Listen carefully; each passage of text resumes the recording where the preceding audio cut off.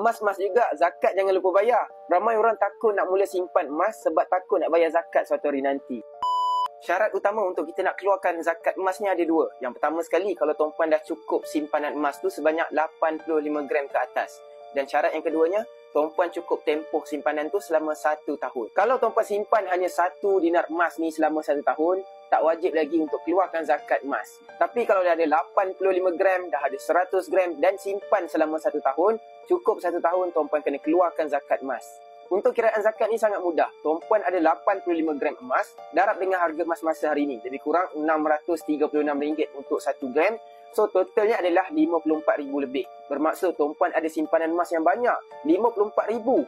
Dan tuan-puan hanya darab dengan 2.5% sahaja. Bermaksud tuan-puan hanya bayar zakat emas ni RM1,300 lebih sahaja. Tak banyak pun tuan-puan untuk cuci harta kita. Jadi kalau tuan-puan simpan emas, boleh target sampai capai syarat untuk nak keluarkan zakat emas ni.